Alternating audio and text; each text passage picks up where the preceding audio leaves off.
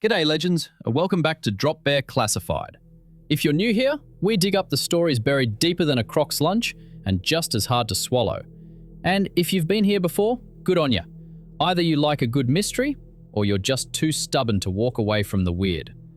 Either way, today's tale is another one the government definitely doesn't want in your YouTube history. So grab a cuppa, double check your comms gear, and let's crack open another file they meant to keep sealed.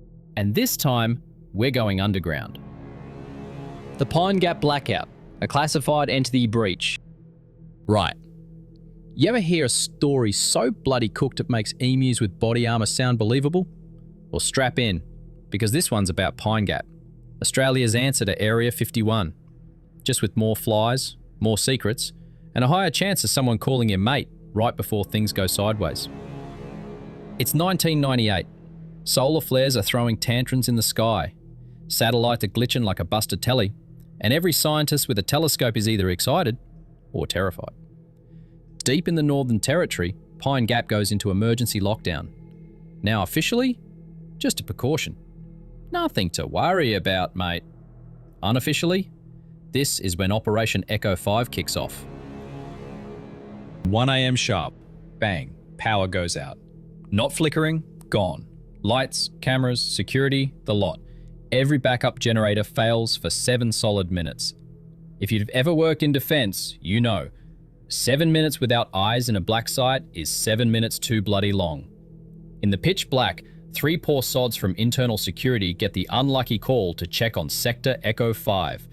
It's an old sub-level, decommissioned supposedly. Supposed to be empty. Key word, supposed. Radio comms open.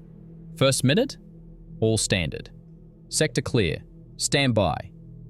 Then, one of them says, "We've got movement down here. Hallway lights are out. There's someone else." Then, nothing. Not static, not background noise, just pure, undiluted absence. Like someone muted reality itself. At 1:08 a.m., power snaps back, generators roar, systems boot up, but the guards? Gone. One steel blast door is now fused shut from the inside. Surface is clawed, not scratched, gouged by something sharp, something angry. Thermal drones sweep Sector Echo 5. They find a figure, humanoid, still, alone in the corridor, but its heat signature is inverted. Coldest thing in the room. One technician described it as like staring into a black hole that learned to walk. Then the figure moves. Not walking, more like drifting, phasing. Security scrambled. Orders are shouted. Before they can make contact, the feed cuts out. 3 seconds later, it's back. Corridor's empty, and so is Echo 5. No breach recorded, no exit logs, no body.